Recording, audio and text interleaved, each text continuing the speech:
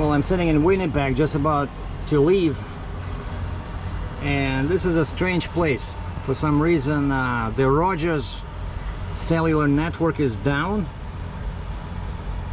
and debit machines don't work, credit works, but the truck stop, the Flying J, so it has a sign, cash or credit cards only. So anyway, I woke up at that rest area at the Manitoba Ontario border, the last one on Highway 17, the huge one, right? Slept pretty good. Got up at 6 o'clock because it was light already, like 5:30, but I started trucking probably at 6:30, and it took me about 2.5 hours to get here. And there's a bypass around Winnipeg. It's called Highway 101, and my permit specified that I cannot go south, I have to go north. Like, I have to bypass the city on the northern side. So that was much longer, probably 60 kilometers instead of 40. But I made it here. Like, this is day 3, or what is it, day 4 with this load. I already feel pretty confident, you know, doing turns and stuff like that. So it turns pretty well despite the overall length of 113 feet. And so I found a spot back here, and called right away, called my next province where I don't have the permit for yet, Saskatchewan, right? And it's Saskatchewan, Manitoba, it can be all done on the phone, right? Except it takes a very long time. So I called them from my Rogers phone. It says, you're not registered on the network. Oh, and actually, like, about 20 minutes before I hit the Flying J, my tablet stopped working. Like, instead of, you know, where it shows you the strength of the signal, it shows you big 0 with a crossed, you know, cross. And I'm so happy that I have 2 numbers, right? I have Verizon, which over here uses TELUS, Canadian company TELUS, and then I have Rogers.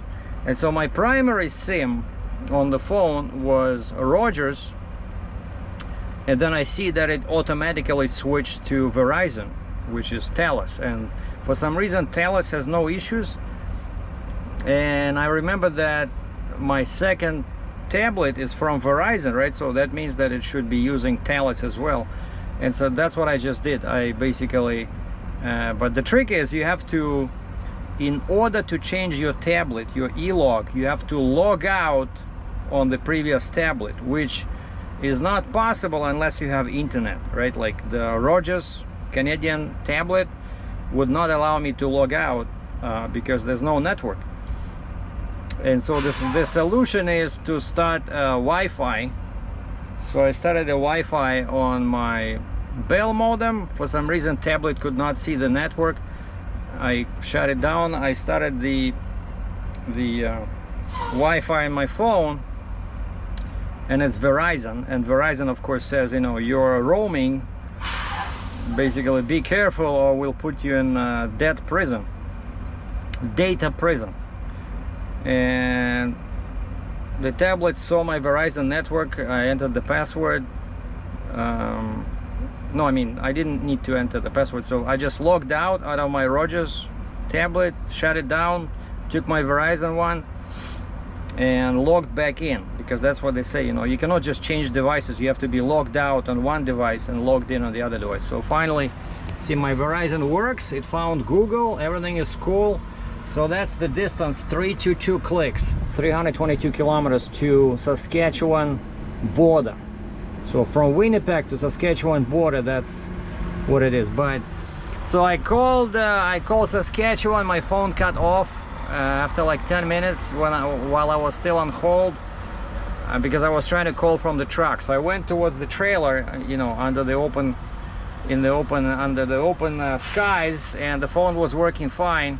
And again, I'm using Verizon or TELUS, which is funny, right?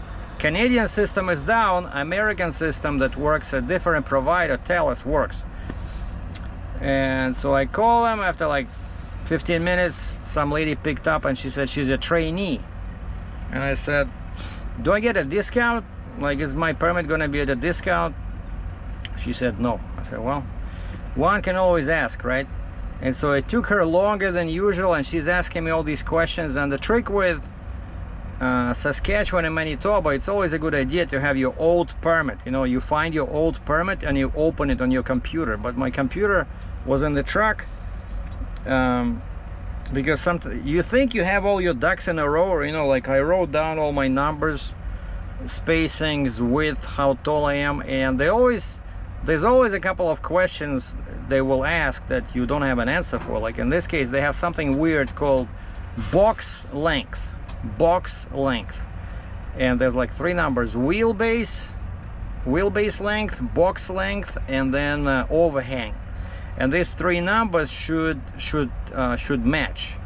Basically, it's like ABC, you know, and A plus B equals C, you know, stuff like that. And so she started asking me these questions, and I tried to figure out on the calculator, like roughly, and then she says, oh, the overall number does not match. I said, okay, I give up, hold on, let me go inside my truck, grab my computer, bring it out. And I pull up the old permit.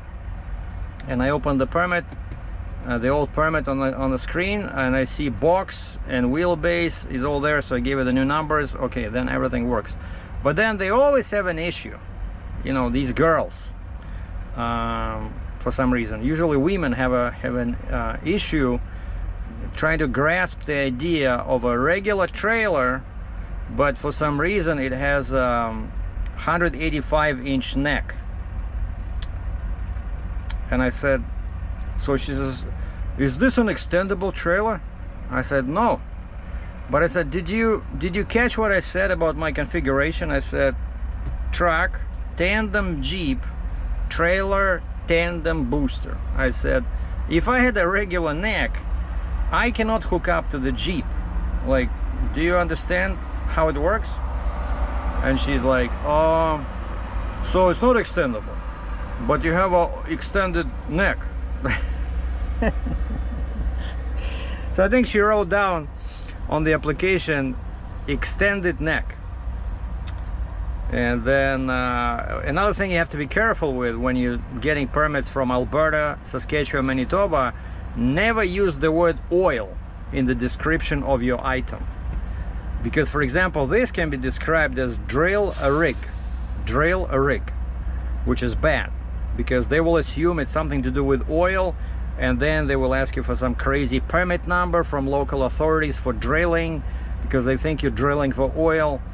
And so instead you use the alternative term that doesn't have the word oil in it, or does not conjure, you know, images of oil. And I told her, I said, piling a rig. I said, it's a construction machine that drives piles into the ground. It's nothing to do with oil fields. It works on foundations. And she's like, okay. And so then she took all my spacings, all the weight, gave me lots of weight, everything is fine.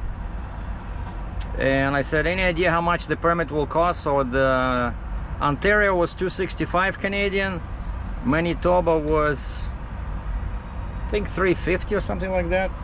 And this one, Saskatchewan, was $380. And she said, well, it has to go to engineering because you're going in the bypass around Regina. I said, well, last time they told me there's a couple of routes you can take to bypass the bypass. You know, you can go on these local highways. I said, I'm not from Saskatchewan. Can you maybe help me out with a route where we don't have to send this for engineering review? Because engineering is only triggered when you tell them you want to go on the bypass around Regina. And she says, I'm sorry, I'm just a trainee. I said, okay, fine. I said, send me on the ring road, Highway 6, or send me on bypass. I don't care, just as long as it's fast, you know. I said, any route works for me, whatever makes it easier for you to issue the permit. And she says, okay, we'll call you in a couple of hours once our engineers look at the permit. And I said, okay. And then I look at the pumps over here, so debit cards don't work, but actual credit cards work, but I didn't have a lot of money left on the credit card. And the thing is, I knew that these guys, when you buy a permit, you can only use a credit card, right? So I had to make sure that I have enough money on the credit card. That's why I asked her, you know, how much is the permit? And I remember that I have a stash of $1,000 in my other bank. And I mentioned this before, but in Canada, the big difference between the banking system between Canada and US is that we only have like 5-6 banks, right? And all of them are usually represented in a relatively big city. Like Winnipeg, it's a big town, or even small town. So all you have to do is just Google the name of your bank, right? I'm using like 3 banks, so there's always a chance one of them is somewhere. So, which is not the case in the States, right? Your bank can be like 50 miles away. So we don't have that problem here. And so I remember that I had some money on my line of credit, which I can really use for fuel. So I Googled the name of the bank. There's one 3 clicks away, 2 miles. I dropped the trailer, drove over there, and I see on the way there, I see Canadian Tire gas station. It says diesel, $2.05 per liter. Yes! Sorry, I didn't understand. No, I'm not talking to you. Look, my tablet says, sorry, I don't understand. She thought I was giving her some voice commands. And so I went inside the bank, got my $1,000 Canadian, then drove to the Canadian Tire, and the canopy says height 11.8, 11 feet 8 inches. And I'm son of a gun, I don't remember how tall I am. And so I measured the top of my stack. I'm 12 feet. Shoot. But then I see they have a pump on the side where this canopy only like 1 foot overhangs, and so I did a bunch of crazy maneuvers and finally managed to back in there and filled up one side. So I did one side I did 285 liters. That was almost $600. And then I flipped around, did 200 liters. That was $412. And so pretty much my $1,000 was gone. But now at least I have enough fuel to reach my consignee. And so this is like last time, because I was fueling every day, because this thing takes like 65 liters on level road, 75 on hills, which is pretty bad. And so now also I have enough fuel to get to a truck stop or something. Speaking about the truck stop, my consignee refuses to help me stack the trailer. Well, they say they don't have the machines. All the machines are at job sites. And I said, wait a second. 2 years ago, I delivered the similar soil mech piling rig, except that one was much bigger. It was a 75 model. This is 65, I think. So this one is called Soil Mech SF Sam Francis 65. That one was 75. And so I delivered that one in Alberta, in Red Deer, Alberta. And I asked the guy to help me with the Jeep and booster. They were so nice. I said, what are you gonna use? You're gonna use one of your loaders? He says, no, we're gonna use the drill rig. So he grabbed the drill rig, and there's a boom in there, right? So he put it 90 degrees, and it goes up and down like a crane, right? The pile, or whatever it's called, the driver, pile driver, can go up and down. And so that crazy guy just used that, and we managed to unhook my booster. He loaded, we unhooked the Jeep, loaded. Or maybe I just did the Jeep, I don't know. But anyway, that's what I'm telling these guys. They said, we don't have the equipment. I said, what about the one I'm bringing? Like, why can you help me out? I'm bringing this machine for you, 1,600 miles. I burned a ton of fuel. I waited 2 weeks for permits, and you cannot do me a favor? Sorry. And so I called a buddy of mine who works in Saskatchewan for a heavy haul company. And he says, try this company. And then that company is it's like another big heavy hauler, a huge heavy hauling company. And their yard is in the same area where I'm delivering. And so those guys, you pay them, they will help you, but you have to pay. So he says they have all kinds of cranes, excavators. They can just, they know how to do this. They do this all the time. So he says, just call them. And I said, do you think they open on Saturday? He says, yeah, because I'm going to deliver tomorrow, right? So today, it's already, what's the time now? Sorry, my dash is all crazy dirty. So it's 2 o'clock, so it's 1 o'clock here local, right? So I have 322 clicks to get to Saskatchewan, and then I think from there it's about 2 hours. So basically I'm just gonna go somewhere to a truck stop I think there's one just east of Regina, but I'm not sure if I'll be able to turn around over there because I'm pretty long. Like, check out the cool color scheme. White bottom and black top, like older style Peterbilt. With Trident flatbed, of course. Oh, quad, man. So it says a quad, but very small tire on the rear. It's like a steer tire, probably like a 13,000 pound axle. So that's what's going on. So I got the permit, got the fuel, got the money. So gonna deliver tomorrow and ask my consignee one last time if they can help me out. If not, I'll just oh, on the way there, actually today I'm gonna call that company that my friend said can help with stacking the trailer, just to make sure, you know, they're okay with it. But he said they open on Saturday, and then tomorrow I'll just drive the last couple of hours to my consignee, and my factoring company is not open on weekends, right? So I'll have to go to a truck stop, and that's why I want to stack up the trailer, because if I, yeah, you see, like this, at this huge truck stop, yeah, it's okay, I can park here, but I don't think in Regina they don't have such big truck stops, you know, so it's gonna be a pain in the butt try to find parking with a rig like this. And so I'm just gonna go find a truck stop, maybe go to a hotel till Monday. The Monday I'm gonna submit all my paperwork to my factoring company, and I should get the money in my account as usual around 2 p.m. Eastern time, and then we're gonna go party and start buying some Christmas gifts, you know, because it's already, Christmas is already in December, this is already July, you know, time to get started. And my accordion, my new Italian accordion, is sitting in Oakville, Ontario. I need to get a load to get back, and then there's a bunch of paperwork I gotta do, because it's June was the end of Q2, second quarter.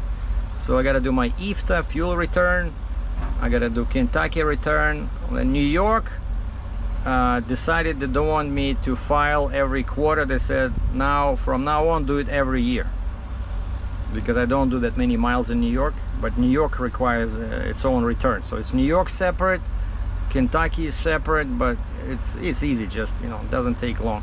But IFTA in Ontario takes a long time, takes me like a day. And then I still have to do my books, you know, my expenses, profits for June, and I gotta file my sales tax return. So basically, once I find a return load, maybe I'll get lucky and there's something from Alberta or Saskatchewan going back to Ontario, or maybe I'll have to go into US and bring something to Ontario. You know, let's say there's something, I don't know, Kansas City, Texas, I don't care. If it pays good, I'll go empty there and bring it back to Ontario, and then I'm gonna shut down probably for a couple of weeks to do all this paperwork and get my accordion, start practicing.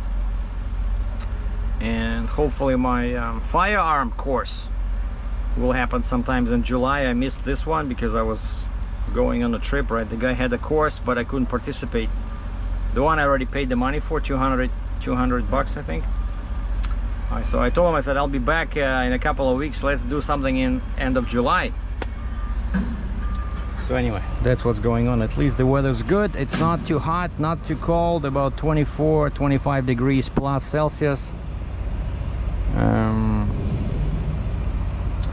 So all right, I got my coffee, I got my water, my Verizon tablet is working, so we can leave now. Oh, all I need to do, just find a truck stop where I'm gonna spend the night, because of course with a rig like this you always have to do some pre-planning, right? You cannot just drive, you know, as we say in Russian, na boom.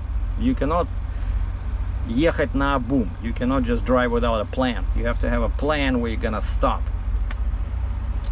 So anyway, thanks for watching. Sorry I didn't show you, I'm not gonna show you any driving because it's already my battery was like at 35% when I started, but I'll try to upload it tonight. Hopefully find a laptop plug-in somewhere. Otherwise the laptop dies pretty fast when I render the movie, you know. That's it. That's all the news for today. I'll try to show unloading tomorrow if they allow me filming on that property. If not, we'll just do a summary sometime on the weekend. Ciao.